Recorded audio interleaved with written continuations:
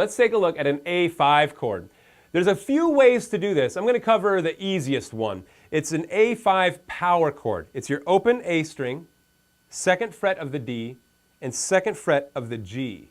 We don't strum any strings but the A, D, and G. Now if I was just playing this as an A5 chord and trying to strum along, I'd probably shove my pinky between the high E and the B strings like this and wrap my thumb around to the low E to mute that out. So these outside strings don't ring, only these 3 strings. It would sound like this. That's an A5 chord. Another way to do that same chord would be strumming all your strings, but muting out just that B string. And the way I'm going to do that is angle my hand down just a little bit so that my middle finger is barely touching the B string.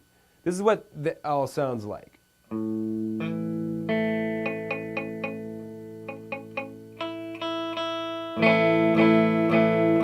So we don't hear that note ringing out on the B string.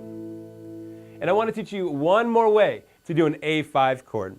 We're going to pad, just like we have in the previous 2 voicings of this chord, we're going to pad the 2nd fret of the D and the 2nd fret of the G here with one finger, and stretch our pinky out to the 5th fret of the B and the 5th fret of the high E. This is a 2-finger chord, but each finger is doing double duty on 2 different strings. So again, we have our index finger on the 2nd fret of the D and the G, and our pinky on the 5th frets of the B and the high E. We strum this from the A string down.